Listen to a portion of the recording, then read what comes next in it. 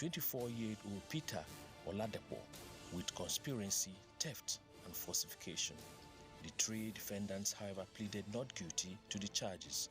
The prosecution counsel, ASP Victor Eruda, told the court that the defendants and the person at large committed the offense in September 11, 2021 at Computer Village, Ikeja. The defendants stole items worth 1 million naira, 10 Bluetooths worth 1 million naira, and 15 iPhones worth 9.75 million naira. The defendants also stole a MacBook, laptop, and other valuable items. According to the prosecution, the three defendants also falsified sales invoice containing false information of the items. Eruda stated that the offense contravened the provision of Section 411, 287, and 363 of the Criminal Law Code of Lagos State 2015. Magistrate T.O. Tamilo admitted the defendants to a bail in the sum of 300,000 naira each, with two sureties in like sum.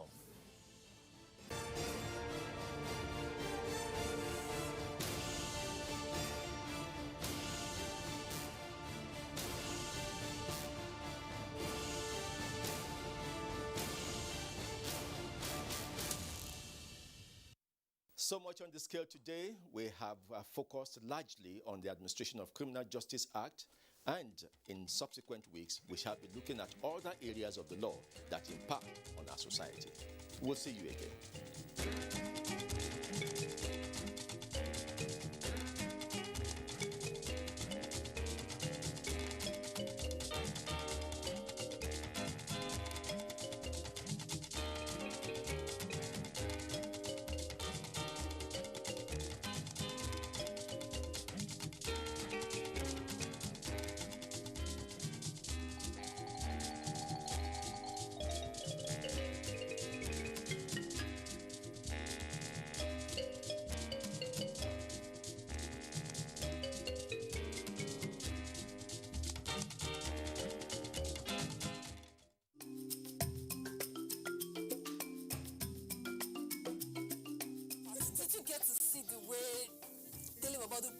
Don't forget to send in your messages. There's a difference between picking, child, and issue. The idea that is can do more with less people. If we have a better way of addressing these issues, taking care of... Congratulations, you were able to sign Tilo Werner from RB Leipzig. So you take water before your workout. People have used their phone, using TikTok to do this like this. Should I go for test? A lot of people don't even have resources. I'm Cecil, and this is the Medley Show on NTN.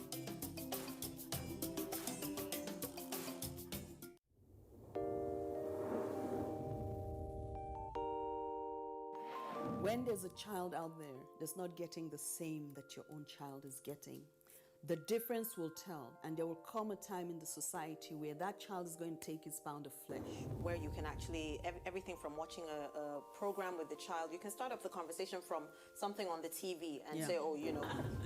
For me, it's like, hurry up with this business. And the other one said, Auntie, it's not about me, it's about the guys, they're not ready to marry. Yes. If she wants to ask something, no, I know my mother very well. In fact, the most interesting one is when I put up pictures on WhatsApp, you know, Snapchat filters and all that, she will call me, remove that picture. There was a day I got tired of all that and I said,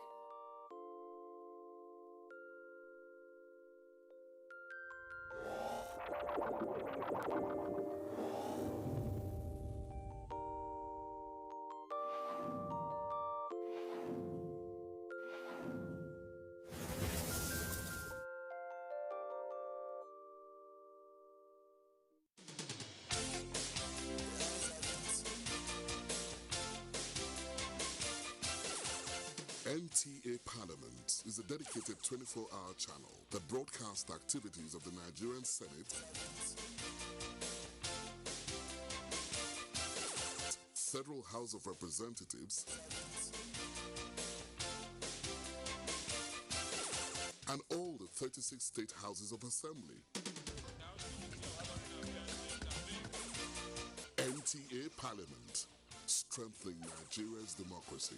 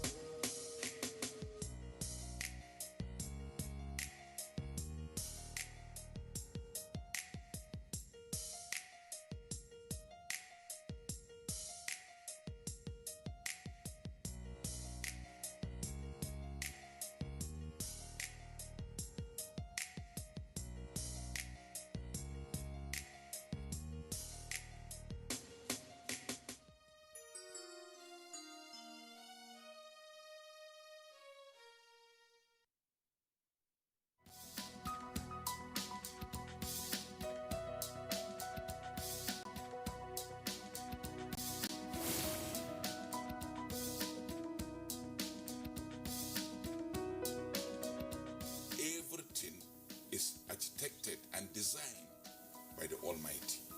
Someone who is a Christian is someone who lives a life of Jesus Christ. And the life of Jesus Christ is a life of sacrifice. Yes.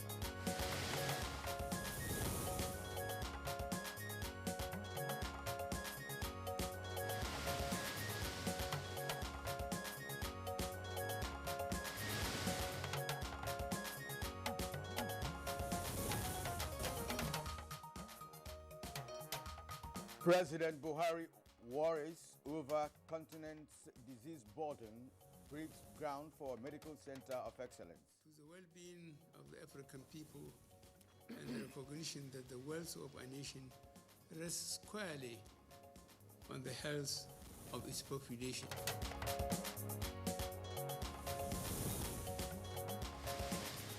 Vice President Oshibajo in Dubai underscores role of liquefied petroleum gas in sustainable energy model.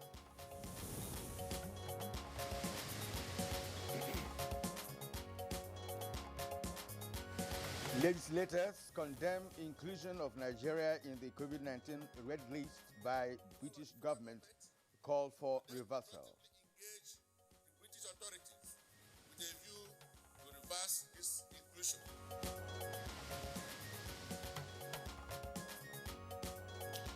On Good Morning Nigeria today, our focus is on making the Department of Customs a trade facilitator rather than revenue collector.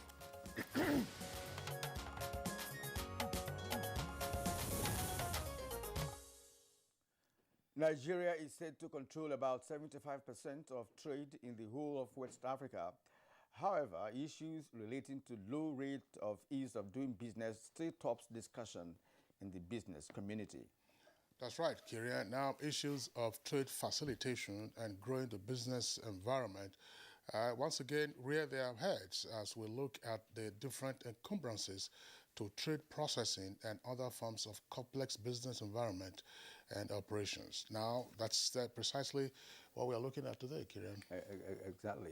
To reduce associated cost burdens and maximize efficiency while safeguarding legitimate regulatory objectives, Nigeria commits a framework as she became a signatory to the ratified WTO World Facilitation Agreement, TFA, in 2017 under Category A. This, amongst other benefits of breaking new international trade frontiers with technology, time, and other constraints. Now, according to informed estimates, trade facilitation holds enormous potential for Nigeria if such is promoted and implemented, as the agreement we earlier referred to also sets out procedures that will enable cooperation involving customs and other appropriate agencies in trade facilitation. Today, there are hues and cries over inherent and coordinated aspects between customs and others in the business environment, pushing largely unresolved matters to trade facilitation efficiency. Well, the Nigeria Customs Service, it's said, of course, to be abandoning its role of trade facilitation in pursuit of revenue targets. And of course, in doing this, procedures and processes are said to be hurting investors and others who have to deal with the customs. And of course, Kingsley, these days, we look forward to what the Customs Service will net in on an annual basis. That's right. And that has also been, promoted by the tax authorities in this country. That's true, no question about that. And the concerns of informed experts is that drive towards meeting revenue targets tends to also hamper the other critical role that the customs is supposed to play, namely being a trade facilitator. And that's why, of course, people complain about congestion at the ports on account of delays in processing and the plenitude of many agencies having one role or the other, which ordinarily they should play elsewhere. And some importers are really crying out loud, as when your consignment lands at the port, it stays there for over 6 months before they are cleared, which is not question good for about the business. that. Importers and exporters as well, Kirian. Exactly. That's right. Well, these heightened challenges to trade in Nigeria range on issues of undue delays, weak application of technology, arbitrariness in valuation, impunity, the uncertainty of international trade transactions, cost escalation, negative investment climate, pervasive human interface, among others. No question about that. I mean, we're talking about costs. Demurrage is one of the costs you'll have to bear. For instance, if your goods don't get cleared on time and the ship is still out there, you'll continue to, as an importer, continue to incur demurrage. And of course, after clearing, the importers will also add, the money they paid as demurrage on the goods. Absolutely, which so they pass it on ultimately to the consumer. And it is not just what you find at the ports, it's also what you find also sometimes along the highways where you have customs posts and so on and so forth. So the business community, of course, has been complaining, has been compelled to interface with many units of the Nigeria Customs Service and other government agencies in and around the ports, the borders, and on the highway, as I just mentioned a while ago, resulting in an unbearable burden on businesses and ultimately consumers. With many queries emanating from diverse sources over the too many discretionary powers exercised by customs operatives in valuation and classification decisions, is the trade facilitation rule being jettisoned? That's a big question. Absolutely. That will also be asking, why the Customs Service has tended to focus on revenue generation as perhaps an overarching policy drive instead of trade facilitation. What can be done more essentially to facilitate trade while ensuring that, of course, the revenue aspect is also not neglected?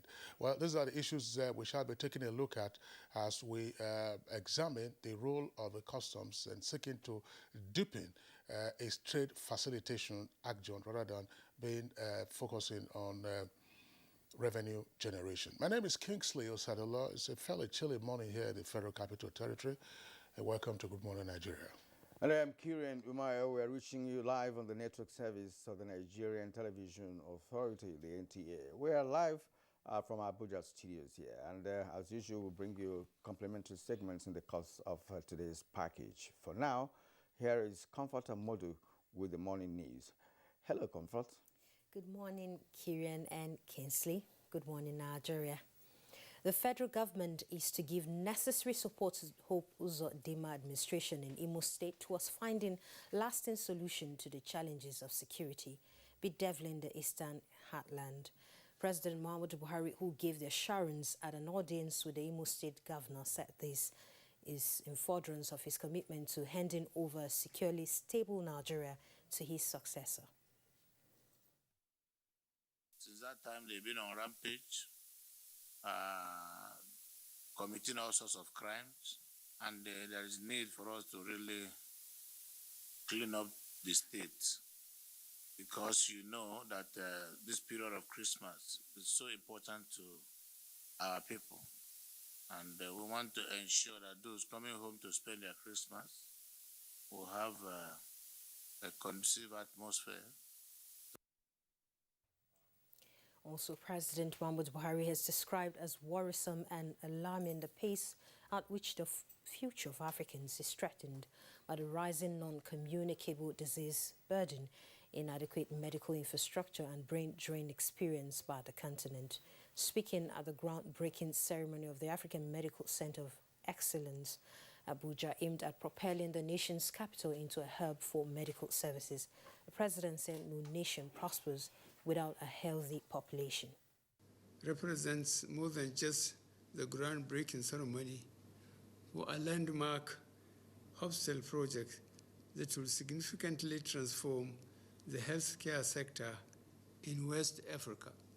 Today also demonstrates the commitment of the Nigerian government and Bank to the well-being of the African people and the recognition that the wealth of a nation rests squarely on the health of its population. Main players in the liquefied petroleum gas sector opened discussions in Dubai, United Arab Emirates, on the future of the industry, digging deeper into the challenges but also the opportunities the industry is facing. Vice President Yemi Osinbajo delivered the keynote address and underscores the critical role of LPG could play in the transition towards a more sustainable, secure and competitive energy model. Effective transition fuel. LPG is said to be part of the destination as it is being used as a precursor for green hydrogen with zero emission, and an eventual move to bio-LPG will allow countries like Nigeria to keep existing infrastructure in place, capitalize on already existing supply and distribution chains, and reach net zero at far lower cost. President Muhammadu Buhari has transmitted the Finance Bill 2021 to the Senate for consideration and approval. Legislators have also condemned the inclusion of Nigeria in the COVID-19 red list by the British government and called for its reversal. Seeks to support the implementation of the 2022 federal budget by proposing key reforms to specific taxation, customs, excise, fiscal and other relevant laws. Also, the House of Representatives expressed disappointment over the red listing of travelers from Nigeria by the United Kingdom, effective Monday, 6th of December 2021, due to emergence of Omicron variant. During plenary, House members were reacting to the issue, which was raised as a matter of urgent public importance by the minority leader Ndudi Elumelu, suggested diplomatic engagement to address the issue. Does not exempt over 8,000 Nigerian travelers that have bought air tickets to visit Nigeria during this festive period, as the restriction will affect their re-entry into the United Kingdom. Nigerian Governors Forum has rejected the recent stigmatization of countries from the new variant of COVID-19, also known as Omicron, by the World Health Organization, leading to travel ban for fear of widespread. A statement by the forum described actions of Canada and United Kingdom in the inclusion of Nigeria on the list of banned countries after few cases of Omicron as unfair and discriminatory, and laments the non-listing of high-risk and infectious countries. The forum appealed to WHO to intervene as global leaders are strengthening response capacity to the dreaded variant through enhanced vaccination and compliance with non-pharmaceutical measures. And the need for Nigeria to strengthen capacity in health research and local vaccine production is one of the outcomes of the National COVID-19 Summit in Abuja. At the close of the summit, Secretary to the Government of the Federation and Chairman, Presidential Steering Committee on COVID-19, Boss Mustafa, called for greater synergy among all levels of government to upscale health infrastructure in the country. We need to pull the strings of our boots and hit the road and hit it really rough and fast to be able to push these vaccines. Because this is a smart virus. It will continue to mutate as long as we remain unvaccinated. That's the danger about it. And still on health, 107 additional new cases of COVID-19 has been confirmed in the country within the last 24 hours. In the latest figures released by the NCDC, FCT has the highest number of new infections with 38, followed by Oyo with 21, Rivers with 17, Edo 13, Delta 7, Enugu and Zamfara presented 3 cases each, and Plateau with 2 new infections. At the moment, Nigeria has 214,896 confirmed cases of the virus, 207,497 of the patients treated and discharged, while 2,980 died of the virus. The Association of Professional Bodies in Nigeria has thrown its weight behind the federal government on the decision to do away with petrol subsidies in the 2022 budget. Speaking in Abuja, Akin Oyegbola, president of the bodies, emphasized that Nigerians must look inward to reduce pressure on foreign exchange while leveraging on opportunities provided by the African Continental Free Trade Area. Just a matter of time, everything will ease off. And those who are importing will import and sell at a competitive price to us. And I'm telling you, the moment there is no subsidy, no rich man is getting very rich on us, and the whole thing will go around. That's the news. Good Morning Nigeria continues shortly, right after this break with Kingsley and Kirian. The Digital Switchover project, which is commonly referred to as DSO, which entails television channels switching from analog to digital broadcasting. It's one of the biggest projects embarked upon by this administration.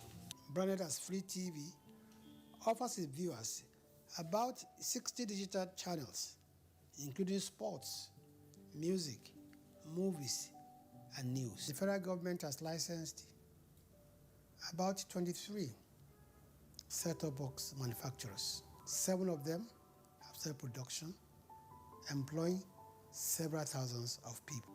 We've made it now compulsory for all stations in Nigeria to only broadcast productions made in Nigeria for products which are produced in Nigeria. Everybody knows the secret to good cooking is that special ingredient. The mothers know it, but does this new generation know it? Let's find out. Mothers, daughters, are you ready? Yes! Let the cooking begin. Erisco tomato paste. Now we get home, now we get love, now we get children. We spice the world with a meal so great and so healthy. You know we've got your back. Oh, with Erisco, Rigico, Nagico.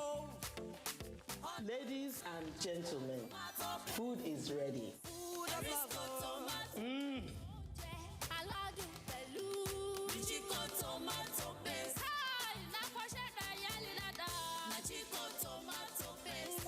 Good food for the body.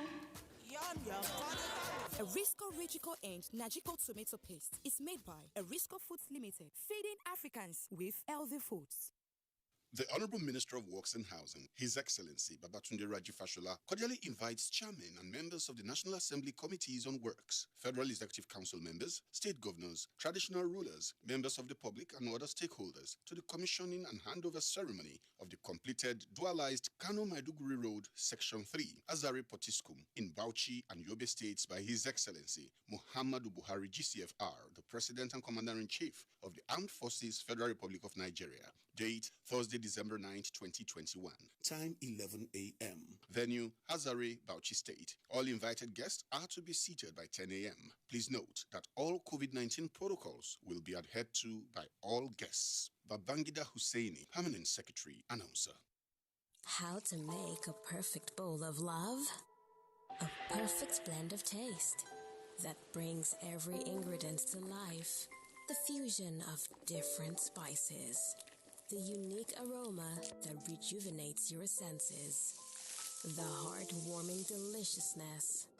And the satisfaction that comes from every bite, which makes you say, I love my Indomie.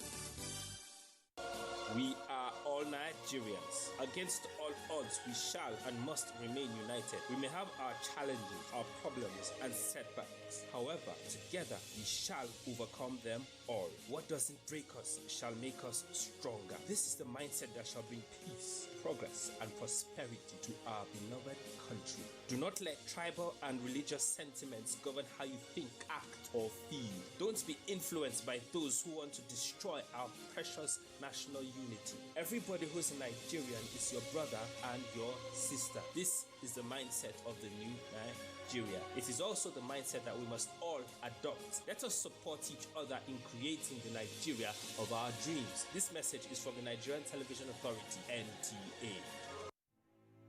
The 2022 Armed Forces Remembrance Day celebration is here again. The Nigeria Armed Forces work tirelessly day and night to give us peace to go about our businesses. Some have paid the supreme price.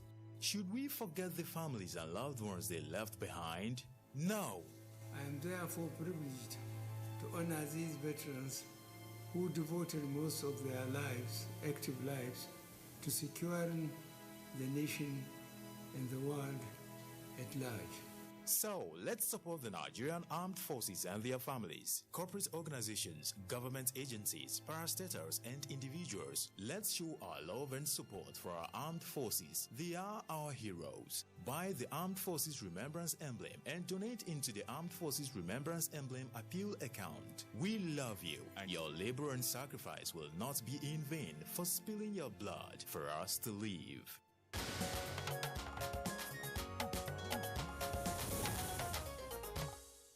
You're watching Good Morning Nigeria on the network service of the Nigerian Television Authority. It's time for business news, and here is our correspondent, Alika Opanache Arua. With Nigeria's population put at 200 million, securing employment has become survivor of the fittest. Development experts want formal and informal sectors of the economy to prioritize youth empowerment through programs that will engage the youthful population gainfully. They said innovation-driven enterprise will ultimately help young Nigerians active in stabilizing the economy. To think out of the box in this Generation Z, where creativity and innovation is what thrives. The jobs are not there, the 8 to 5 jobs are not there.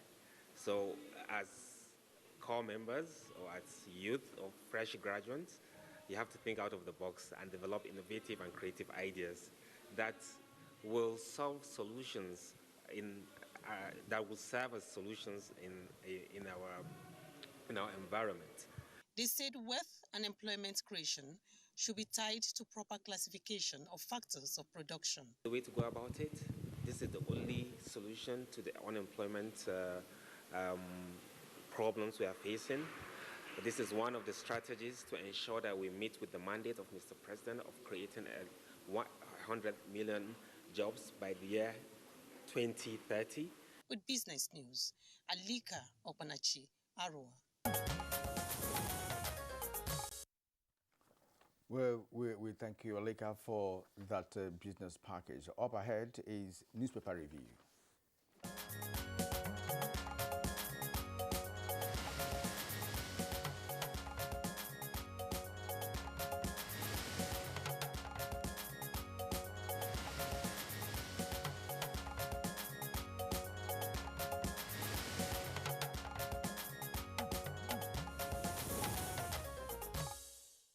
Bayo Atoyebe, our newspaper reviewer, is right here with us in the studios. Bayo, good morning and welcome. Thank you, Kinsley. Good morning. Good morning, Kirian. Yeah, Bayo, good morning, welcome. Nigeria. Thank you. All right. Let's start with the Punch newspaper. That's right. Okay. Above the name flag, NIMSI battles high maintenance costs, obsolete computers, poor connectivity. That's on page 21. $197 million 5G mock auction holds Friday. Rollout begins 2022 in 12 states. That's on page 17. Bandits occupy Zamfara Highway, kill 7 travelers, burn vehicles. Page 5. National Assembly, NGF fault UK travel ban, demand reversal. That's on page 2. All right, on the right-hand side of the name flag, Oil Senate threatens arrest, firm sues lawmakers and demands 10 billion naira. I hope that will be clearer, if you go to page 21 of the Punch newspaper. ICPC proves 52 teaching hospitals over 49.4 billion intervention fund spending. That's on page 9. Now, the lead story on the Punch newspaper this morning: federal government, MDAs, bar unvaccinated visitors Lagos to demand jab cards at parties. That's on page 2. Now it has 3 riders. Security agents reject identification card from contractors. Others insist on vaccination cards. Social gathering attendees must produce vaccination cards. Orders Lagos threatens prosecution. Disease Control Center detects 3 more Omicron cases. COVID-19 variant infections rise to 6. All right, now the photo story on the Punch is that of Governor Zulum, who visited some soldiers who were wounded after a gun duel with ISWAP. Below that, we have Benue takes over a case of female students alleged rape by 50-year-old worker. It's on page 13. Police arrest 2 Darwin College students. Reps want IG to take over the case. Pages 4 and 5 is where you get the full details. Confusion as Buhari sacks AEDC management over workers' strike. It's on page 17. Niger PDP removes ex-Governor Aliyu as party leader, picks senator. On page 9. Katsina district head, guards, killer. Yeah, that's the killer of Katsina district head and his guard, Nigerian transborder drug trafficker. Others arrested. It's on page 8. Sokoto bandit burn 10 southbound travelers to death. Kinsley. All right, so we also take a look at the New Telegraph. We will see the New Telegraph on the screen right now. The front page, of course, of the New Telegraph is quite busy. We have there how private jet owners defrauded, that's in quotes, government of over 30 billion naira. How private jet owners defrauded government of over 30 billion naira. They say deliberately undervalue aircraft to escape import duties. You also have another headline there. NCAA, that's the Civil Aviation Authority, issues fresh guidelines to airlines and threatens $3,500 per passenger sanction. That is with regard to COVID-19 protocols and testing. Court to hear Boni-led caretaker committee dissolution suit. Court to hear Boni-led caretaker committee dissolution suit. And you also have there as a second lead story right at the foot of the front page. Says federal government used 1 trillion naira recovered loot to fund budget and uplift vulnerable Nigerians. That's attributed to Professor Ishe Sage. And then you also see there, that's a story saying grape seed extract extends lifespan, according to a study. You can see that in greater detail inside the paper. COVID-19 guests to present vaccination cards at Lagos social gatherings. That's another of the headlines there. Power. Federal government sacks AEDC management over workers' strike. There's also a story there on Darwin College and the latest arrests of suspects and those who are also helping in the investigation. Oil prices rise as Omicron fears subside. That's on page 3. All right.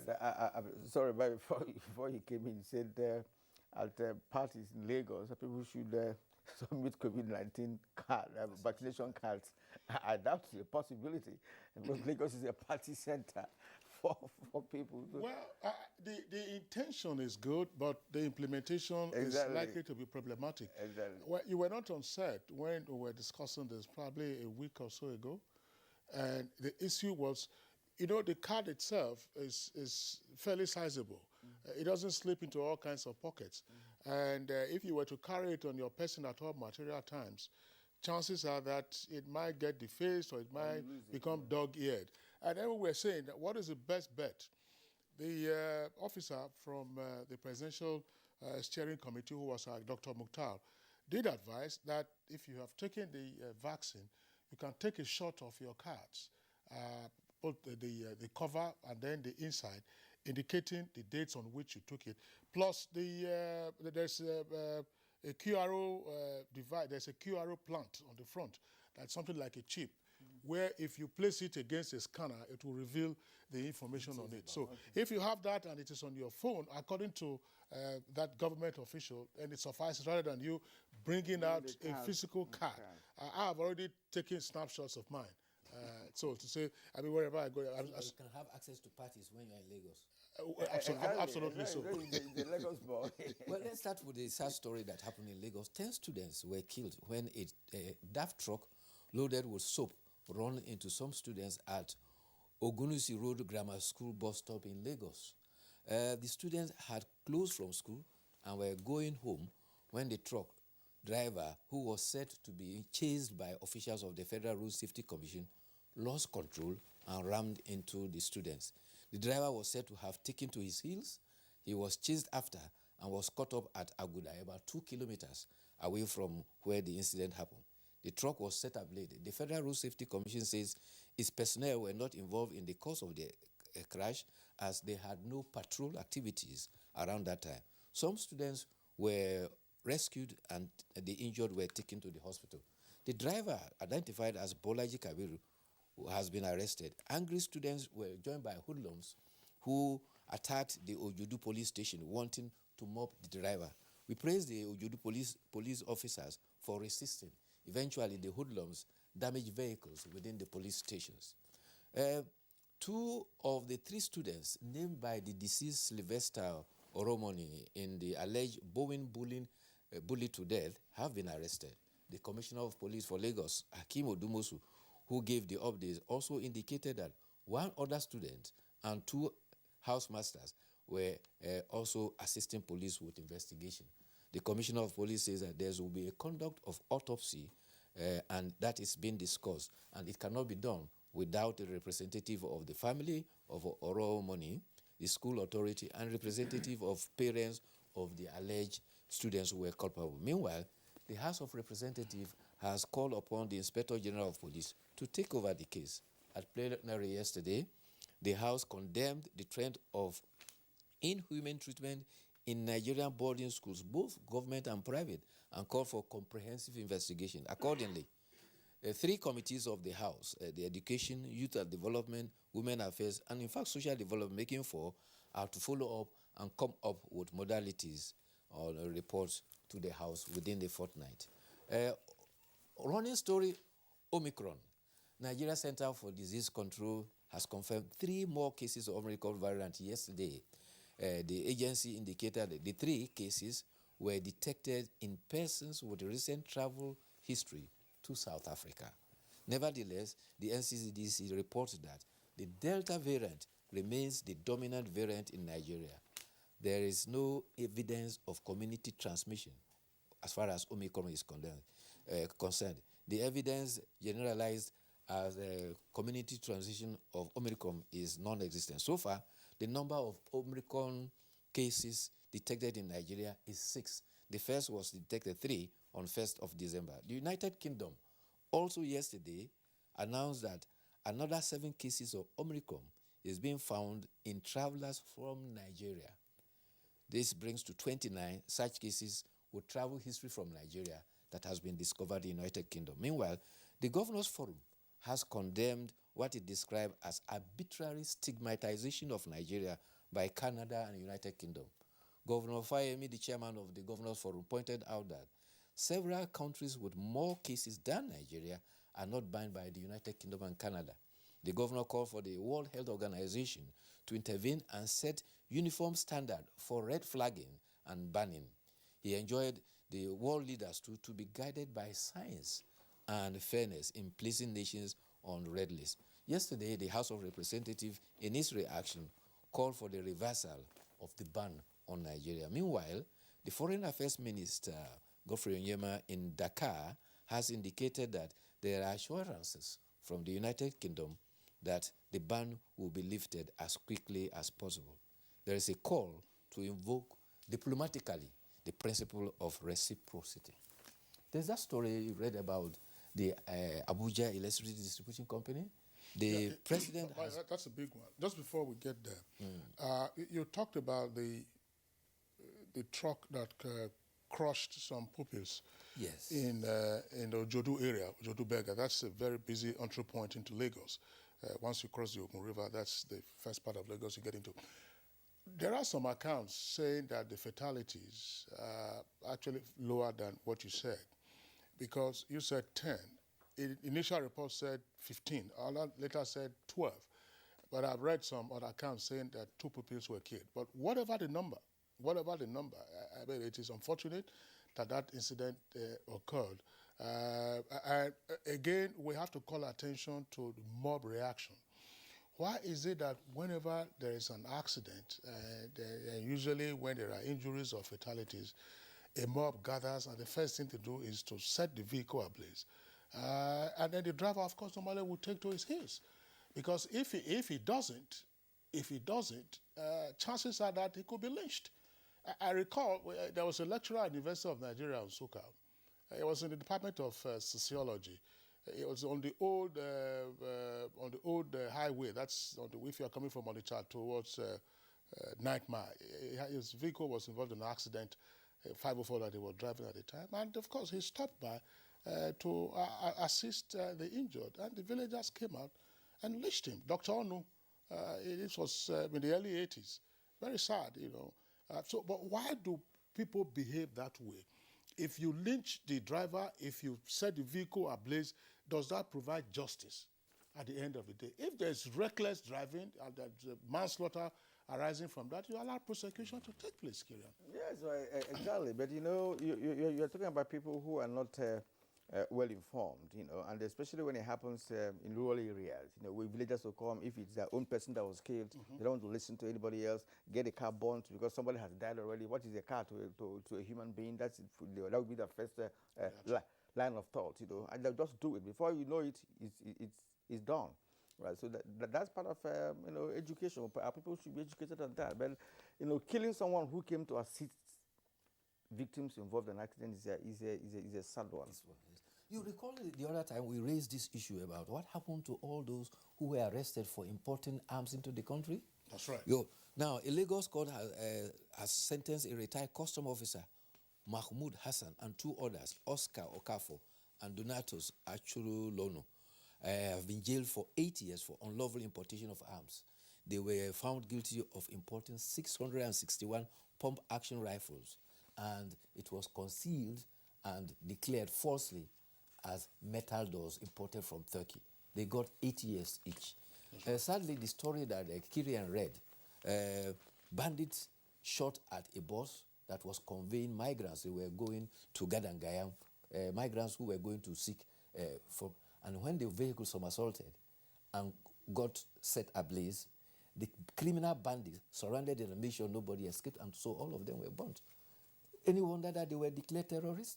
Can anything be terrifying than this? Absolutely not. You know, I think we've also raised this. The modus operandi of these terrorists, otherwise also known as bandits, suggests very strongly that these are not Nigerians. They are not Nigerians. They are not Nigerian. Nigerian armed robbers. We discussed this in the past.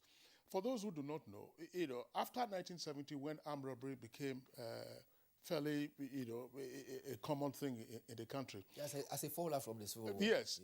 One of the ways that they started robbing was, in the first instance, one of the robbers would stand in the middle of the road when we still had respect for human life, and the driver would stop because, oh, so this is a human being. And then, of course, they get robbed. And once they discovered that that was becoming more commonplace, they then started having obstacles on the road. That's to say by logs and so on and so forth.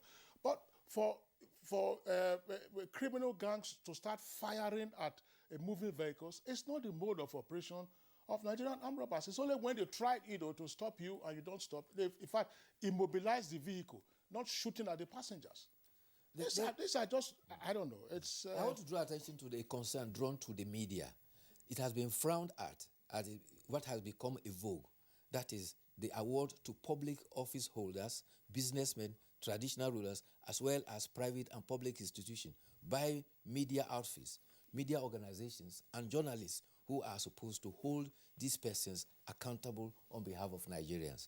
The Daily Trust says that one last ridiculous one happened last month, where a supposed press corps of a color photograph of a chairman hailing him on his birthday, tagging him a leader per excellence. You recall what happened to Mr. Integrity in the House of Representatives and where he is now? The Daily Trust says that is there any wonder why the Minister of Information, Lai Mohammed, rightly accused the Nigerian media of undermining its ability to hold power accountable by unethically associating with politicians. The paper says that the spate of these awards are worrisome because the media, rather than staying far from the madding political crowd, censors itself and abandons its watchdog role whenever it indiscriminately honors the same public officials and institutions it's supposed to hold accountable. Hear this other one. The paper says that most of the time it is done not on the quality of the award. Rather, the awarding organizations would either give monetary contributions or partnership for advertisement. See, I was just going there, you know, because to be honest with you, journalists are not well paid in Nigeria. As a matter of fact, some journalists are not even paid. They're just giving ID cards, you know. So I have the establishment, you carry my ID card, you can now survive on your own. Your meal ticket. Exactly, that's your meal ticket. So in that circumstance, what do people do? People have to survive, right? I'm not saying it is right to do that. It's not right to do that. But then that is what you get. Someone came to me and asked me to please organize, try to source one particular news establishment that published something against her. She works in a bank. You know, that something happened, that the bank now bought over that media, you know, that medium, to now write about her and how callous that she was and all of that. So she said, okay, so she wanted to do a rejoinder. I said, look, don't even escalate it. Don't go there. Don't go back to do that because the bank is richer than you. They can go further, you know, to damage your personality in terms of publishing ridiculous information about you. Newspaper Proprietors Association, Okay, you know, Guild of Editors, there are two issues. We'll have to escrow these issues, if you like, what you just said now.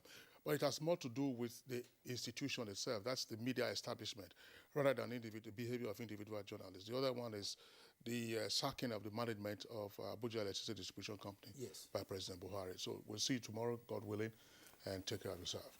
All right, it's Good Morning Nigeria on the network service of the Nigerian Television Authority. We'll take a short break now. When we return, we'll get ahead with our item for discussion. Ministry of Works and Housing has the responsibility to help improve the quality and the quantity of the road infrastructure assets, which are the roads and the bridges and the highways. At the moment, we have over 13,000 kilometers of road network under repair, reconstruction, or rehabilitation out of the existing 35,000 kilometers of federal road network. These 13,000 kilometers are comprising about 850 different contracts which the ministry superintends across Nigeria. We are fulfilling the mandate of our ministry to expand the connectivity of Nigeria's states and by extension the towns and villages through road transport. Shola, come and help me. You need to learn. But I'm more interested in drawing. How are you going to be part of the business if you don't learn? You just don't understand. Morning. Anyone for some Lipton? The rich taste of Lipton awakens body and mind. Let me have a look at your drawings. Son, these designs are amazing. Lipton Yellow Label Tea. Awaken to what really matters. The counsel of our fathers. I believe we have fought one civil war too many in this country. So those who experience it will run away from it. Nigerian youths, let's build our nation together.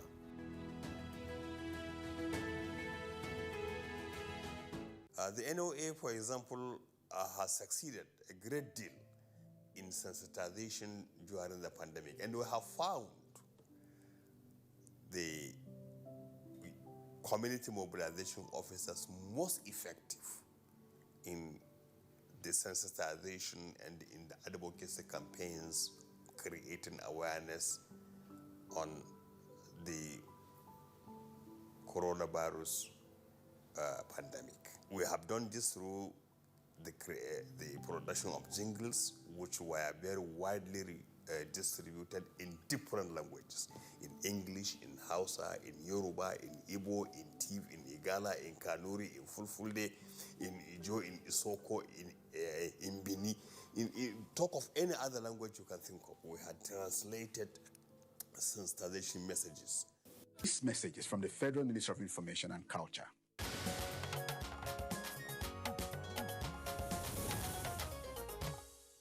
Now, we thank you for staying with us on Good Morning Nigeria. As a prompt for our conversation this morning, which is on making customs trade facilitator, let's take this report put together by Abdul Salam Jibril.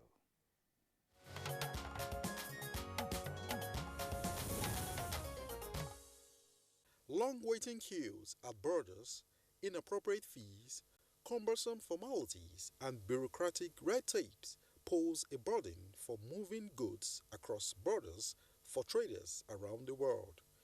Consequently, the World Trade Organization's landmark trade facilitation agreement came into force in 2017 with agreement and provisions for expediting the movement, release, and clearance of goods.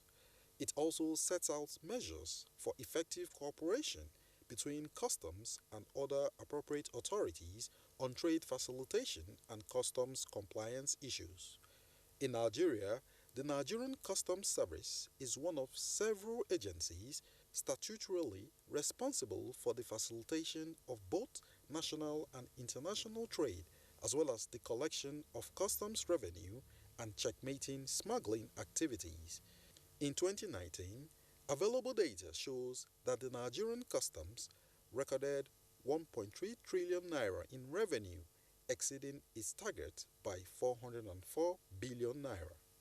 The following year, it replicated this feat by beating its revenue generation target for the year by 8.7%, raking 1.5 trillion naira in the COVID-19 ravaged year. While many have commended the Customs Service for this, there are concerns from the business community that it is tilting more towards its fulfillment of its revenue target and paying less attention to trade facilitation.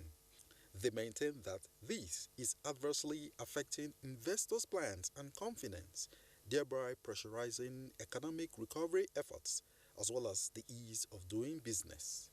Another bone of contention is the institution of a strike force to all ports with the powers to intercept and effect seizures of cargo. Some experts maintain that this will be detrimental to investment, further complicate the already difficult cargo clearing processes, and constitute an obstruction to the presidential executive order on the streamlining of ports processes. How valid are these concerns? Will a resolution mechanism between the customs and business community ameliorate the current situation? Having ratified the Trade Facilitation Agreement of 2017, has Nigeria implemented its provisions? With the African Continental Free Trade Area on the horizon, how will trade facilitation be promoted towards reaping the benefits? These are just some of the issues that will form the crux of the conversation that guest will be speaking to shortly.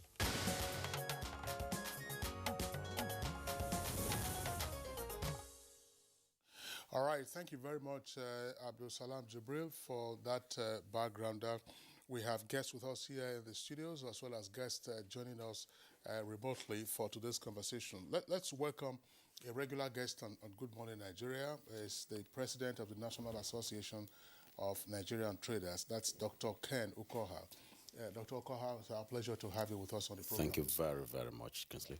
Okay. We also have with us in the studios Anthony Ayalogu, Controller of Trade Facilitation and Preferential Trade at the Nigeria Customs Service. Controller Ayalogu, pleasure to have you with us this morning.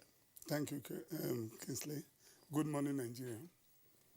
All right. Shoaibu Idris is the Managing Director, Timeline Consults Limited.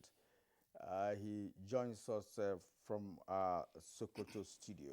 Welcome to the program. Good morning and good morning, Nigerians. Thanks for having me once again. And also for this discussion is Femi Boyede, a certified international trade professional and president, Nigeria Trade and Investment Center, Canada Incorporated. Thank you for joining us via Zoom all the way from Canada. Thank you very much. Good morning, Nigerians. I appreciate your having me on the program today. I don't know what the time is in that part of the world, but we're glad that you're able to join us this morning. All right. Thanks a lot, Femi Boyede. It's been a while since we had you on Good Morning Nigeria. And by the way, Kyria, let's also especially appreciate Shuaibu Idris, the regular on Good Morning Nigeria. And perhaps we should now say that he's our roving analyst because he can be with us at our Lagos Network Center, Kaduna Network Center. Today he's at the Sokoto Network Center. Shuaibu Idris, of course, a former banker and financial analyst, we appreciate your taking our time for today's conversation. So back to the studios where we also have two guests that we have introduced, beginning with the Controller, Trade Facilitation and Preferential Trade of the Nigerian Customs Service. The immediate background to our conversation is the complaint by many key players that the Nigeria Customs Service places more emphasis on revenue generation rather than trade facilitation, and that the emphasis on revenue generation turns around to hurt businesses and ultimately the consumers, and that if the customs were to focus more on trade facilitation, the government, in fact, will have more revenue. Why are we having this situation? First of all, we need to understand trade facilitation as a concept that looks at procedures and controls that eliminates time and costs. And already the World Trade Organization has set articles and high principles to be followed in order to achieve this. And it covers areas like transparency, cooperation. We talk about harmonization, and these has all been taken down by the World Customs Organization, and the tools to implement this have been formulated on that level. In Nigeria, we have tried as much as possible to reorganize our procedures, redefine them, create within our processes implementation strategies that would allow us to maximally facilitate trade without subverting the statutory roles of Nigerian customs. How do you mean? So, you see, to get trade facilitation, we could just, the other end, it could be just open the borders and everybody comes in, and that's maximum trade facilitation. The other end is also trying to collect revenue, collect rate, and also control the movement of goods in and out of the country. This is at both ends. But you see, at that time, we need to look at, are we fencing Nigeria around to be able to do that? We have to make sure that Nigeria trade is facilitated, and also that we're able to collect necessary revenues, and also that controls are given so that security is not, we have security, we have other things that controls will have done. We don't need to shift to one side of it and then lose the other. All our procedures that we have devised in order to create high trade facilitation environment is taking care of maximizing trade facilitation and maximizing the other functions that also put monies to the government and also ensure security and other factors. Actually, the question really borders on the fact that more emphasis is being laid on revenue generation, because annually we hear from Customs Service that Customs has generated so amount of money, but we rarely hear much of what you've just explained, in terms of ensuring that the Customs Service is actually playing its role perfectly.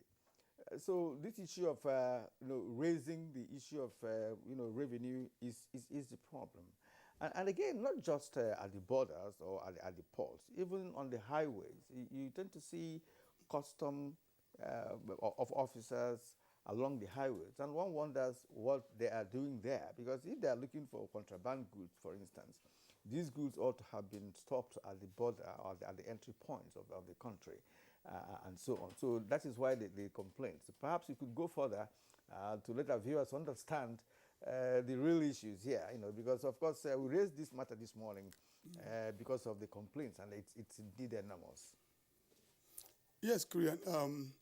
It's it's not as stereotype as you say it. It's not that very straight. As we in Customs have done a lot to make sure that the time, like I said before, reduce the time in process and reduce the cost in process.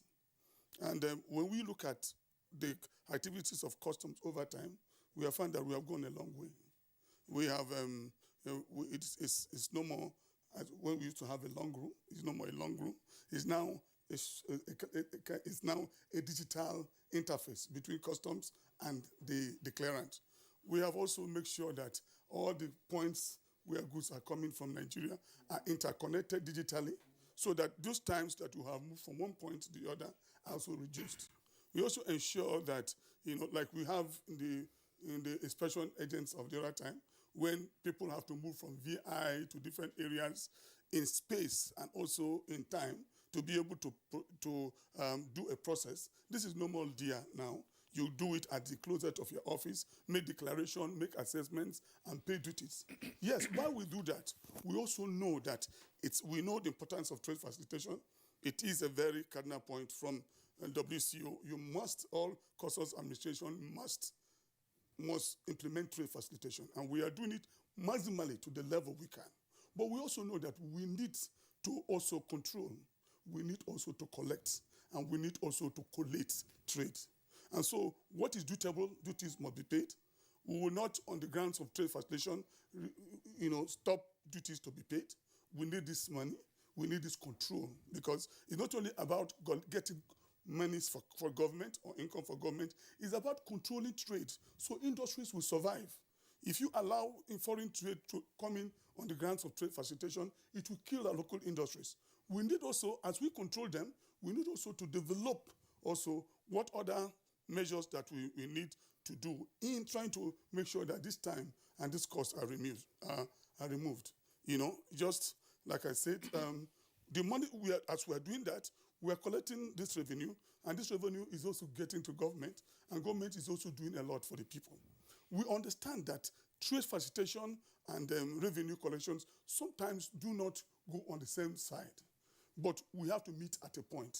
And meeting at a point is making sure that we protect we customize the economic policies for our country, and we also maximize the trade facilitation strategies that we have put in place. All right. Thank you very much, Comptroller Anthony Ayalogo. We'll return to you in the course of the conversation. I'm tempted to go to Femi Boyede, who is with us via Zoom. He was introduced a while ago. Femi Boyede, for some years, you also served as a technical assistant in the Ministry of Industry, Trade and Investment. And we know that trade is one area that you're very passionate about. Now, tell us, are we striking the right balance between the Customs Service as a revenue-generating agency and what it also ought to be, namely a trade facilitator? If we're not, why? Thank you very much. And first, let me start by commending the Nigeria Customs Service through the controller. The mere fact that we now have the office of a controller trade facilitation, I'm sure is an empirical evidence that we have started to move in the right direction. However, I am worried still about the understanding of what our customs service should be all about. In the introductory overview, you mentioned, or the correspondent actually mentioned, the desirability of subjugating revenue generation. We mentioned the issue of customs having revenue targets. That, for me, points to the fact that we need a complete 360 degrees change of mentality. WCO, World Customs Organization, defines trade facilitation, or understands trade facilitation to mean the avoidance of unnecessary trade restrictiveness by applying modern techniques and technologies while improving the quality of controls in an internationally harmonized manner. In that definition, as deep and comprehensive as it is, I have not seen the word revenue come up at all. And my position has always been kind of to query, for example, the desirability of setting revenue targets for customs. That tends to mean that the custom service is there, and I know a time in the past when national budget was actually a part of, not a part, a good component of national budget was expected to be funded by revenue generated by the Nigerian Customs Service. And you know what this means immediately is that, okay, now that we are a member of the West Africa Customs Union and playing our role there, the CET already agrees that raw materials are going to come into West Africa because they are coming in for improvement of industrial capacity. Raw materials and machinery and all of those things come in at maybe a 5% maximum customs duty. But finished products come in at anything from 20% to as high as sometimes 65, 75% duty plus development levies. And this is what generates revenue that customs goes out to say they have exceeded their revenue target. Thus, we end up encouraging Nigeria to be a dumping ground for finished goods from other countries instead of the opposite way around. And I'm sure that Ken will be helping to talk about this. That's the national president. I'm so excited to see you on this program. The second point I want to make in this, my introductory intervention, is the fact that I convened and coordinate a program, a monthly program called Talking Trade with Femi Boyede. And our last but one, I'm talking of the November edition of Talking Trade, we had the AGOA specialists from the West Africa Trade and Investment Hub confirming our fear that even up till now, almost 21 or 22 years after AGOA has been instituted, which is also, I think, one of the direct jurisdiction of our controller here this morning, that they are still having problem identifying or relating with Nigeria Customs Service with a designated signatory. Now, as big as the Africa Growth and Opportunity Act is, which is also a similarity, an identical trade opportunity with the AFCFTA, we do not yet have a designated long-term long-term signature to the AGOA visa, textile visa. That means that if AFCFTA is also going to take off now, and we're going to require to deal with a specified designated officer, we are not prepared yet. These are the ingredients of trade facilitation. Yes, in the course of facilitating trade, you are going to generate revenue. In shortening the long room concept, which we recognize is no longer there, you are able to accelerate. And when you accelerate the clearing process, whether it is of import or of export, then you are able to do a business of turnover. And when you do turnover, the revenue generating aspect indirectly follows. It's a logical byproduct. And so you can actually do it without, if you like, without depending or without focusing your effort on how much revenue.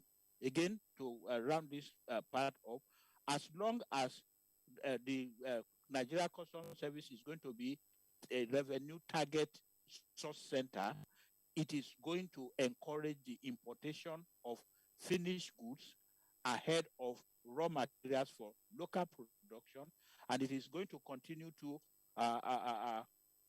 if you like, have a lesser attention to export, facilitating export.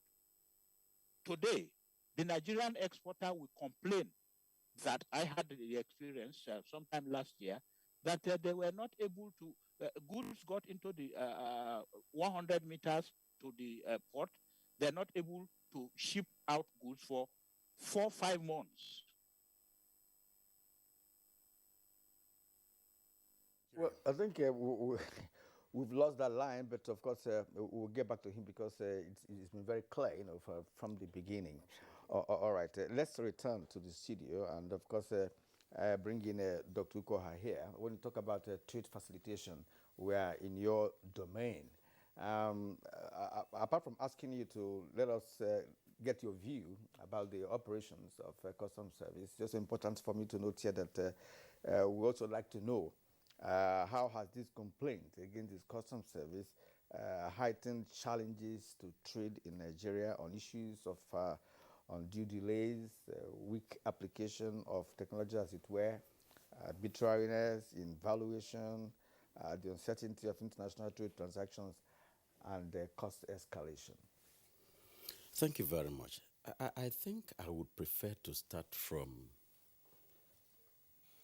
putting some historical perspective on the concept of trade facilitation. It will help us to understand very well what the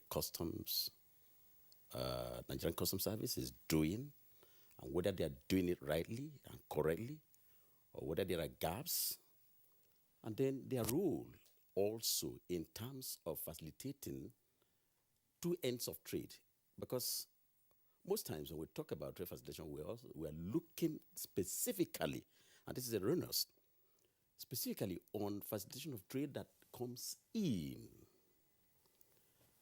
Now, the concept of trade facilitation started in 1996 with the introduction of this very notorious, in quote, Singapore issues. There are 4 fingers we call Singapore issues, namely investment, policy, architecture into the WTO multilateral trading system negotiations. 2, government procurement, which became a very serious headache to the extent that you have to expose all your, international dealings, or your dealings, rather, at the international space in terms of whether you want to procure whatever you want to procure, you put it there at the international domain, and then Most of our people here, domestic, operators, do not have the muscle, the financial muscle and the capacity to also negotiate and draw some benefits on that. The third one is the subject of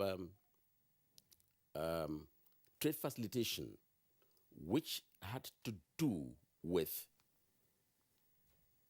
moving trade between one country and another, making sure that it is seamless, in quote. Now, I want to come into the subject of trade facilitation and what it means. It means specifically and stricto sensu the implementation of trade policy. That is what it is. And what is the role of the customs? The role of the customs officer is to implement the trade policy. Therefore, if you look at what trade facilitation means and what the custom is supposed to be, it means that absolutely the custom officer is the trade facilitator, the gatekeeper. But are there not other agencies involved in trade facilitation? Is it only the customs? No. No. No. And that's why most times in Nigeria here and in most places in sub-Saharan Africa, we always knock at the doors of customs when we're talking about trade facilitation. Wrong. The Export Promotion Committee, Council, Commission, whatever, is also a trade facilitator. Investment Promotion Agency, Authority, whatever, is also a trade facilitator. In fact, the key trade facilitator is the ministry responsible for trade and investment and industry. In other climes, you also see the Ministry of Agriculture, because they produce all what you want to facilitate in terms of raw materials, be it agriculture produce or even solid minerals. They are all involved as trade facilitators. But I think the irony is that we have left everything to the customs. And I think that's why we are where we are, running around the circle. Number two, just like Femi Boyede said, here we are. Next month is January. From the 1st of January now, every economic operator, not only the trader, every businessman in this country is waiting for the announcement of the budget. Those who want to import finished goods are waiting. Those who want to import raw materials they are waiting. Those who want to transact businesses in terms of, fund capital movement, they are also waiting. The entire sphere of the economy is waiting for the budget reading. You know why? Because they are looking at, one, what target has been given to customs. Two, what is the tariff structure? And that is very, very absolutely wrong. You keep the entire economy into that very myopic, I'm sorry to use that word, cave called target. In any case, when we're talking about target setting, do we blame the customs? I'm not here as I'm a lawyer, but not holding brief for them. Who sets the target? Who gives them that target? Who confuses them? It is the government that says that. And I also think that the parliament ought to have come in, because the subject of budget starts from them. They are the ones in charge of appropriation. And therefore, they ought to know that, listen, customs would need not to be deceived into this target setting that makes them feel everywhere is money. Get it, pursue it, chase it, get that money. And in the process of getting to meet their target, some of those ones who were not well trained, who are not specialists in trade facilitation, who do not know the items, the requirements of trade facilitation, some of them go out of their way, even intimidating genuine traders, harassing genuine traders. Sometimes we have had reports of sexual harassment and all of that. Well, that's not the subject of today. However, I think that the starting point is where the target setting starts. It removes that badge of a trade facilitator from them and gives them the emblem on the forehead as a revenue collector. By the way, the role of the customs, is it only revenue collection and trade facilitation? No. No. The customs, according to the World Trade Organizations, in fact, Article 8 of the GATT that brought in them, the General Agreement on Trade and Tariff, explained there are two other ones that we have always lost. One is a regulator. You know why they call them a regulator? Because you use tariff to regulate the economy. If you don't want rice to come in, you use tariff. For instance, today rice is at 35%. Therefore, Nigeria does not want unwholesome importation of rice. And it kicks that particular tariff. By the way, Femi mentioned, our tariff system. Our tariff nomenclature is 0, 5%, 10%, 20%, and 35%, and that's the peak. Every other thing on it are levies or taxes. Now, if you now say, okay, I hope I'm not going to... let me go. We're talking about two that we've got, regulator. The other one... Yeah, let's say we can... The other one is enforcer.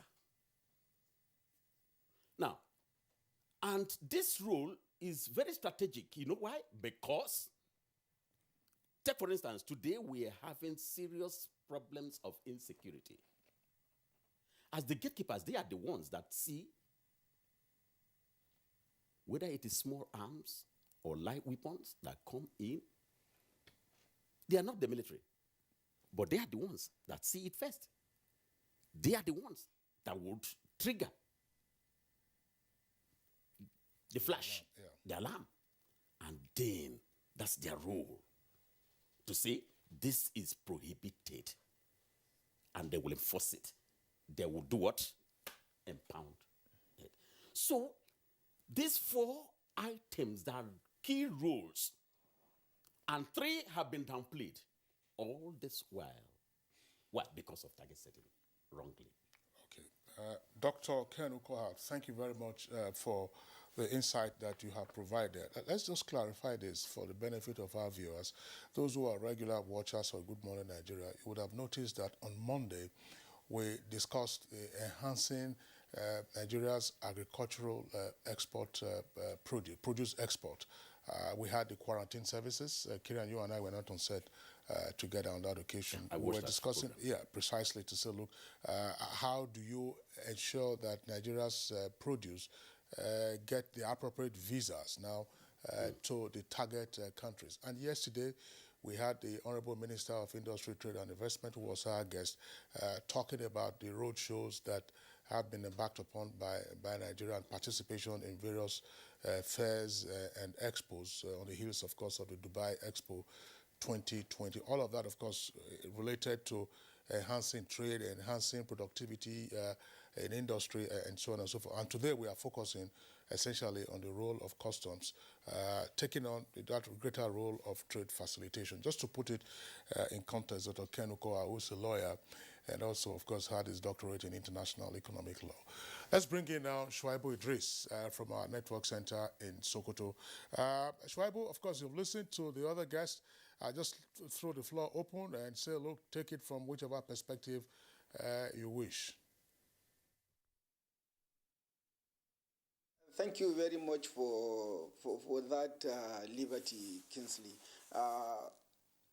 First and foremost, I will 100% align my thoughts with Femi Boyede in commending the Nigerian customs for even having a desk next and a controller of that seniority to handle trade facilitation.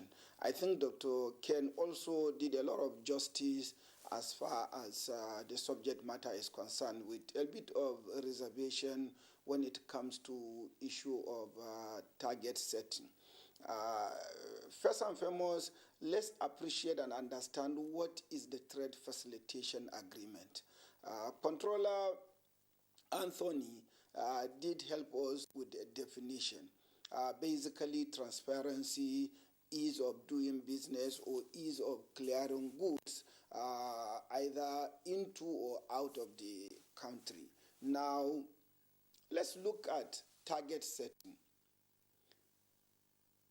What is and what are the benchmark or parameters the Nigerian Customs Service measured itself as far as transparency and speed with which importers and exporters handle their items? Today, I want to export or import an item into the country.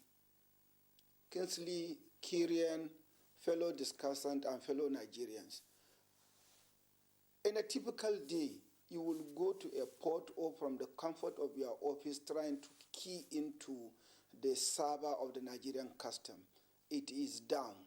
Sometimes the ports don't have electricity. Sometimes the ports, they do have the electricity, yet there is no network. This is a shame, to say the least. Now, you want speed, yet the technology for which we are trying to leverage on is not effective, is not efficient, and we want trade facilitation.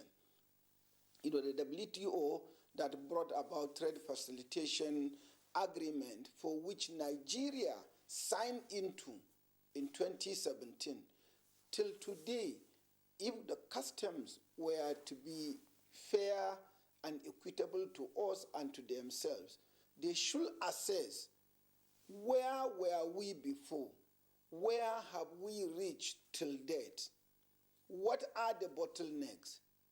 Gentlemen, how much will it cost us, for example, to have solar panels that will supply electricity in each port, so that there couldn't be and there shouldn't be and there must not be epileptic power supply to the customs? Yes, Controller Anthony did say good old days when I was active in importation and export, we used to pass through the long room, no longer long room. But yes, there is no long room as a long room where you take one document, a document from one table to another, but now the room is probably even longer. Why? Because it is no longer even as short as it should be or it was when we were dealing with long room, because you have all the custom officers seated in one room and you move from one table to another in 3-5 hours. Sometimes, excuse my choice of being frankness, incentivizing them so that you can get your document handled with relative ease. Let me talk about targets. Really, fundamentally, Dr. Ken has touched on that. It is important that the Nigerian custom should have a massive training that will reorientate them, the officers and men, on the strategic direction. Instead of a controller in charge of trade facilitation coming on a national television and talking about revenue. If you replay the tape, Controller Anthony must have used the word revenue not less than 5-10 times, when he was making his opening remarks. That shouldn't be. Controller Anthony should naturally be talking about how have I been able to make sure that Nigerians that are exporting or importing, I have been able to make it relatively easier for them. The target, as always, either from the executive that would have passed in the budget to the National Assembly for review, or from the National Assembly or from the custom system itself should have a twin side of a coin. What will that twin sides be? Number one is how much trade facilitation have I been able to make? The relative ease, and how much that relativity has brought to increase in volume of business, and how much was that increase in volume of business, dovetailed into increase in revenue. These are the sequence that we should be looking at. Really, maybe, if I may be bold to suggest, what we should be looking at is to have a private sector-orientated personalities situated within the custom and handling this trade facilitation desks so that this can be, it can be even more effective. And then finally, on my opening remarks, there is need maybe for the custom to have a dual reporting line, even if it is with a dotted line to the Ministry of Trade. Every day there is a silo kind of reporting line. The custom reports directly to the Ministry of Finance, and the Ministry of Finance is responsibility is managing the economy, fiscal policy, and of course, revenue generation and dispensation. So as long as there is no interface between the Federal Ministry of Trade, Investment, and the custom, we will continue to have challenges as to the implementation of the trade facilitation agreement. It is indeed a shameful situation to find ourselves the way Femi Boyede has put it, that 21 years after AGOA, the Americans still don't have a signature that we will say this is the signatory of or the signature of the person we will be taking to do this. Come on. How can we possibly be claiming to be giant of Africa, largest economy, and with all the things that we are supposed to be exporting and we still cannot export? I think the earlier we put our house in order, the better. All right. Thank you for your postulations. As a matter of fact, he has touched a number of issues, and we're going to bring in Anthony Logo here, Controller, Facilitation, and Preferential Trade of the Customs Service. He has actually hit the nail on the head with respect to some of the issues he raised. They talked about training of your men, sharp practices, to enable facilitation of trade by officers. Now, is there any internal policy failure, in Customs Service? Well, most of these the comments from our colleagues online were not very correct. I think not very correct. First of all, trade facilitation is about facilitation of legitimate trade, and that is one. And number two, apart from, just like Ken Oko has said, we should understand this.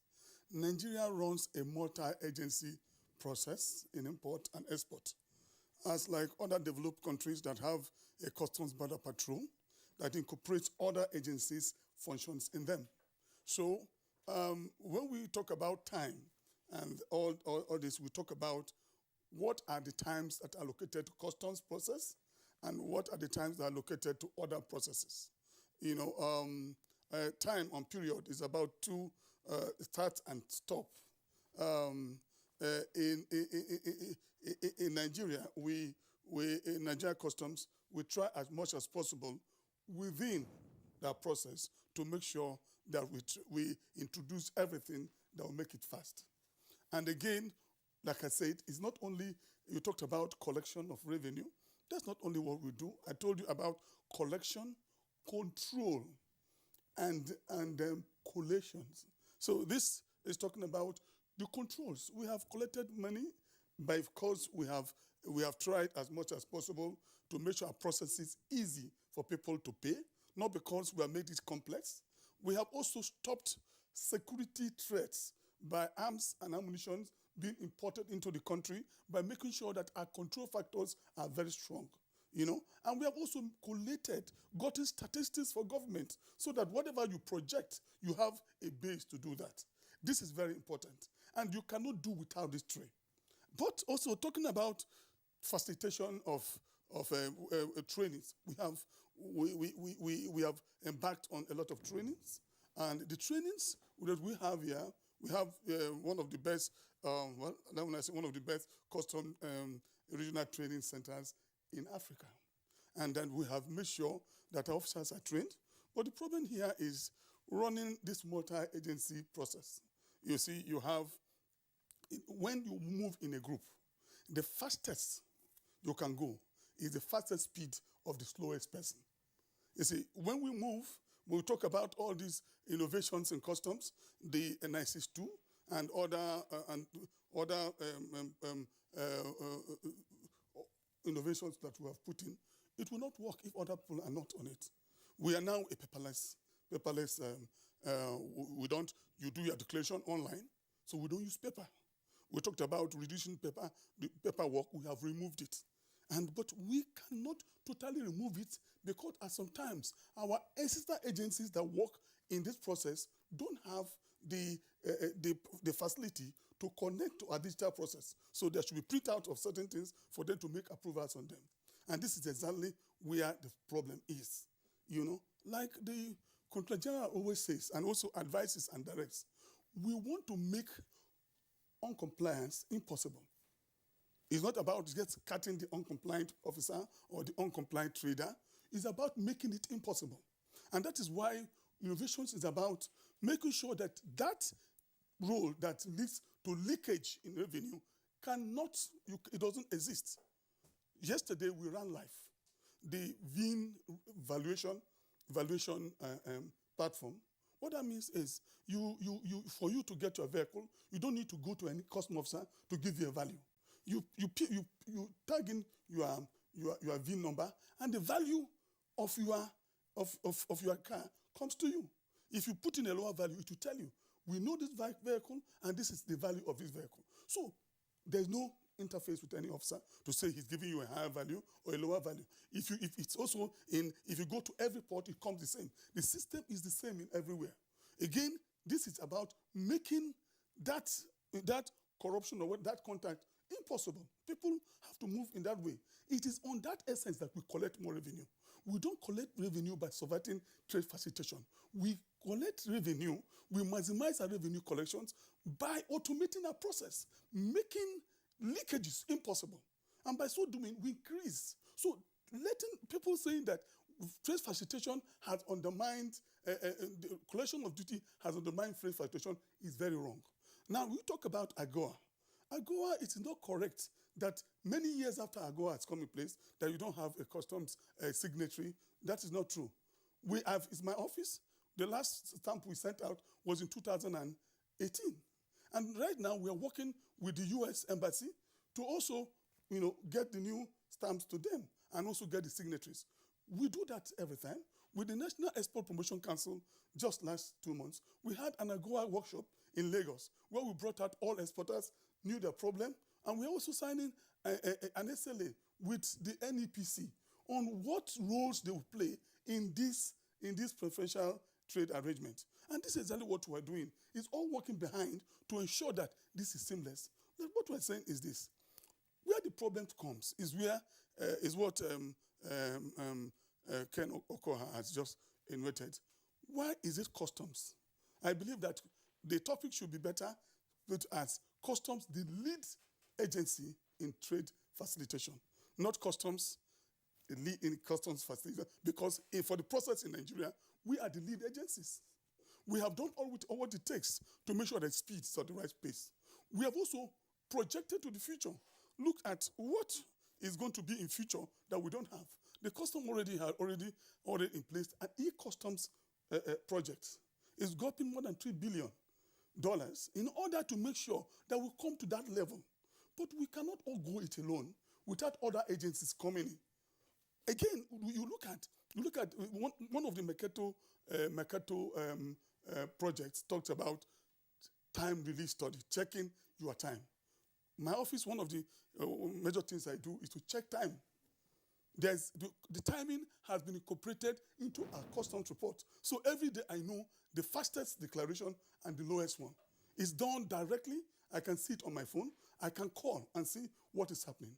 I want to tell you, within the last 2 months, we have the fastest process in Nigerian customs. We have the fastest process. We have not even gotten the scanners already working, but already we are moving. When the scanners start coming, you can see the speed will increase. What my office does is purely to do two things: reduce the time in process and reduce the cost in process. And when we're able to do that, then we have done what we're doing. It's not about reducing the revenue collection. We should do that because that's a mandate from government. We must give that government the money it needs. We must control the process to make sure that our industries are growing. We must also make sure that the Nigeria is secure by not allowing dangerous things to come into the country. And so these are all what we do, but as we do them, we also ensure that we also get our revenues right. And then it's like if everybody,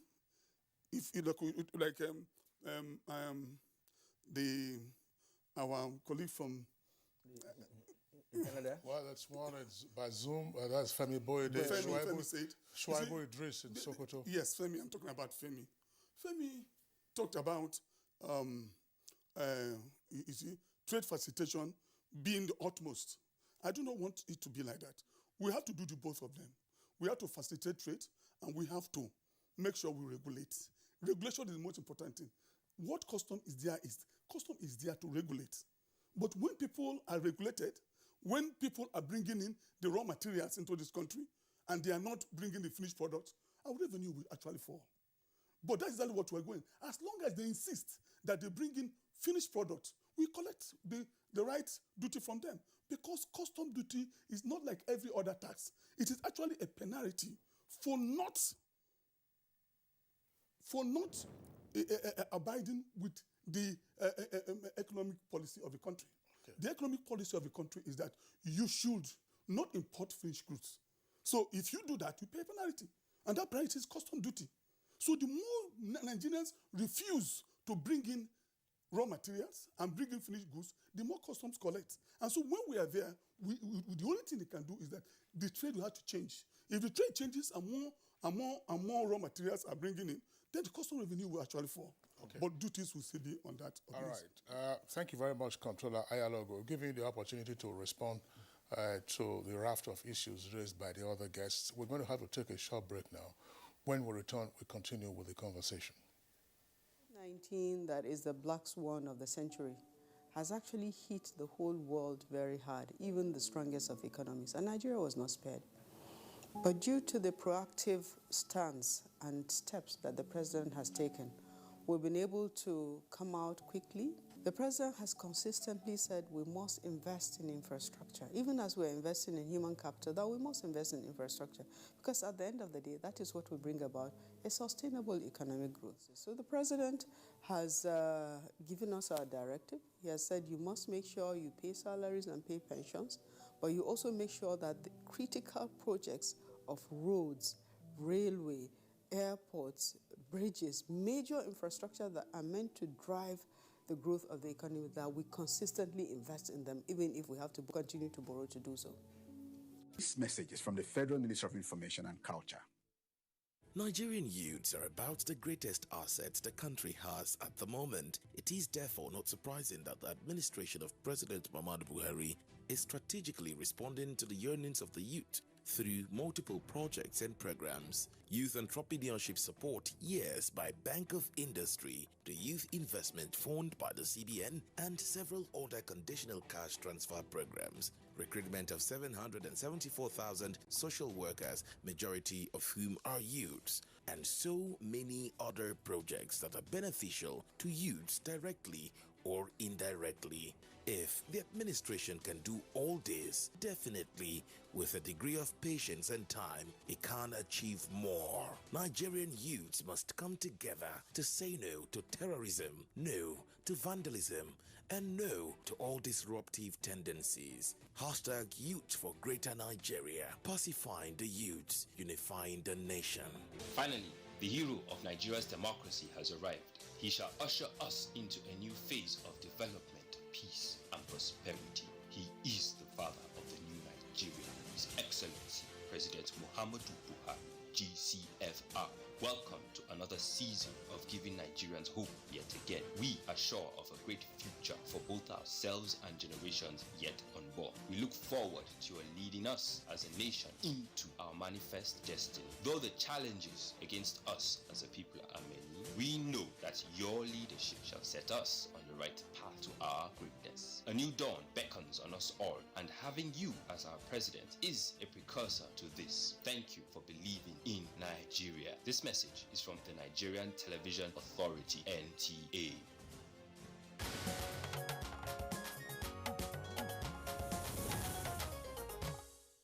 All right, you're welcome back, and it's still Good Morning Nigeria live on the network service of the Nigerian Television Authority. We still have all our four guests with us. Back to Femi Boyede. Femi Boyede, of course, you listened to the rebuttal by Comptroller Ayalogo with regard to some of the points that you highlighted.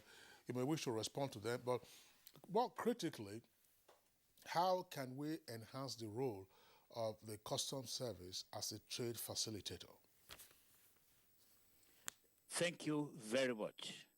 It's not Femi versus Customs, but I would like to speak to that in a more general way. I must say it, I'm privileged to have been in the Nigerian business environment, and I am also privileged to now be settled in another business environment. So I'm trying to talk to the difference in cultures and how we address issues. I have noticed, with due respect, that my country of origin still does aluta. This is not just Nigerian Customs Service. It is right from the very top. Whenever something is said about what Nigeria needs to improve on, then we spend endless energy, time, and millions of dollars to challenge anybody for daring to point out our areas of deficiency, rather than learn from that and explore the lessons that need to be learned. I think until we stop being defensive and start going out to fora to actually pick lessons and use them to address as a country. Now, I'm not talking about a service, then we are probably not going to hit the starting blocks yet. Having said that, we do appreciate, I acknowledge the giant strides. We are no longer where we used to be, that the Nigerian Customs Service has taken. The single window is there, but my colleague from Sokoto actually asked very pertinent questions. When you have the single window, when you have a technology, supposed to be a technology-driven operation, and if you look at the World Customs Organization's expectations of an efficient customs service, it is one that is technology driven. If you look at the disruption in supply chain globally, especially as a result of a COVID pandemic, you will understand that custom services have gone beyond the several roadblocks that we have. And just like somebody said earlier, if you are chasing people in country, what happened initially at the entry border post? That's another question that the World Customs Organization has set is a challenge to ensure the integrity of the customs operations. Again, customs, just like country policing, should now go to working based on intelligence. It's a matter of using the latest technologies to gather intelligence about if the idea is to actually enforce, to police, to regulate, to monitor. How much information do we have?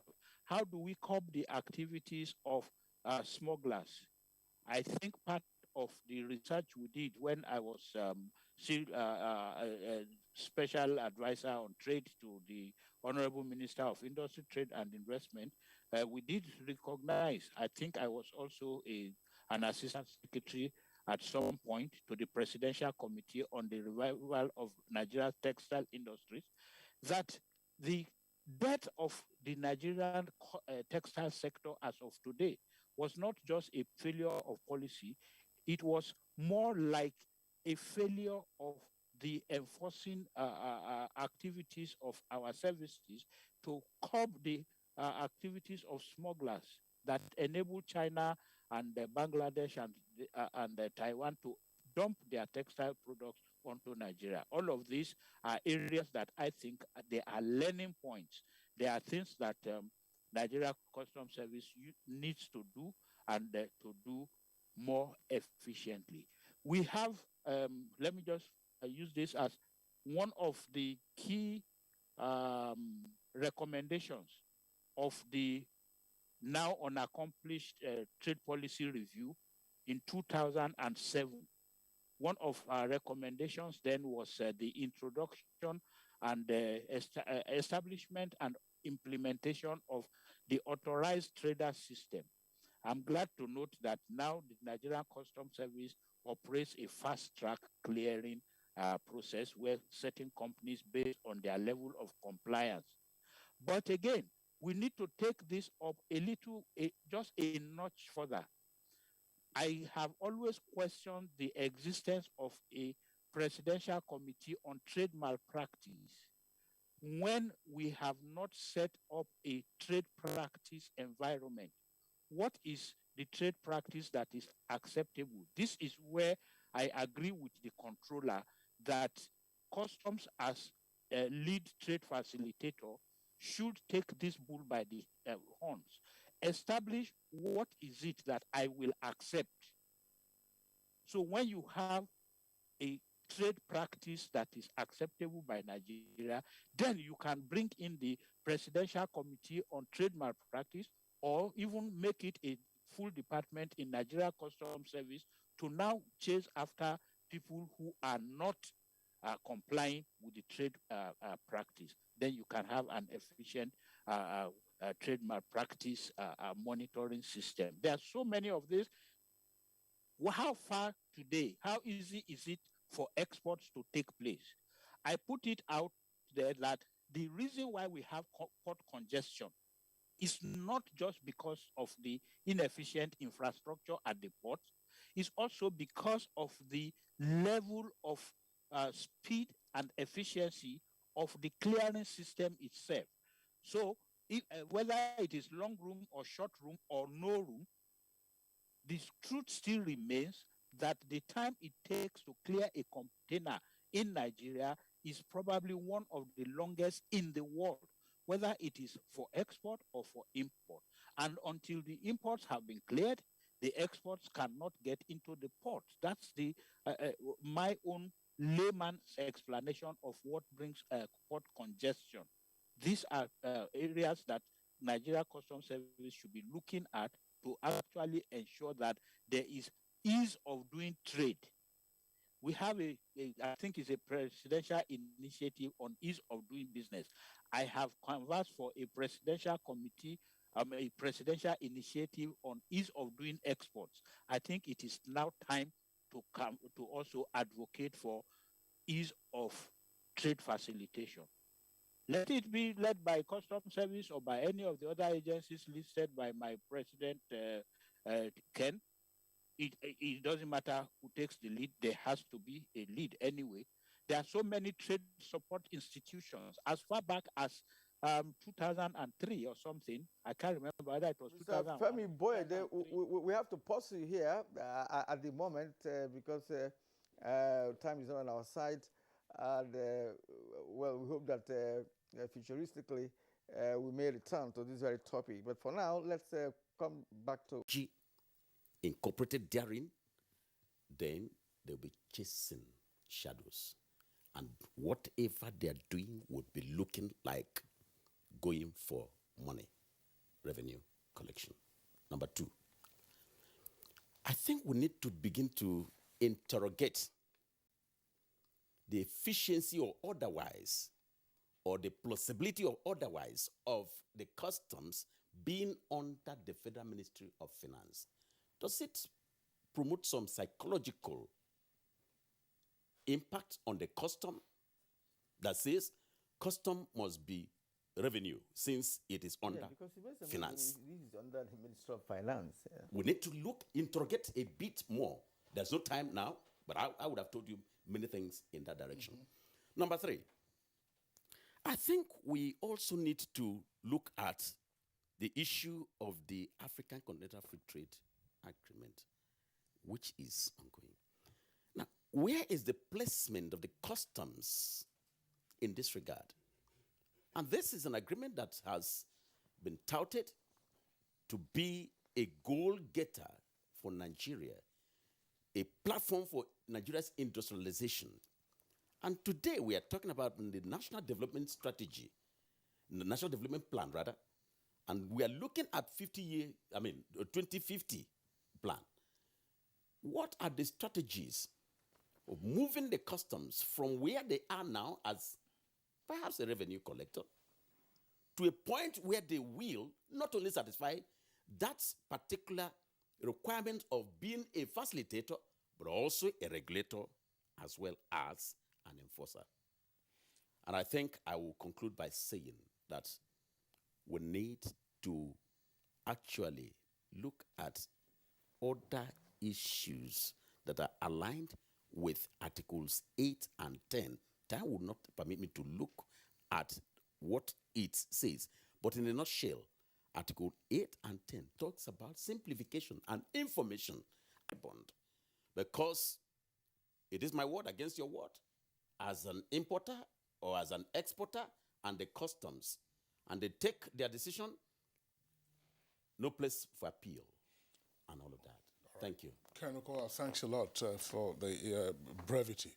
Shuaibu Idris, sorry, we're coming to you only for the second time. I mean, you all have made loaded points into this conversation. As my colleague Kirian indicated, this is subject matter that we'll have to take on again to provide more leadway into what we need to do to get the customs perform better as a trade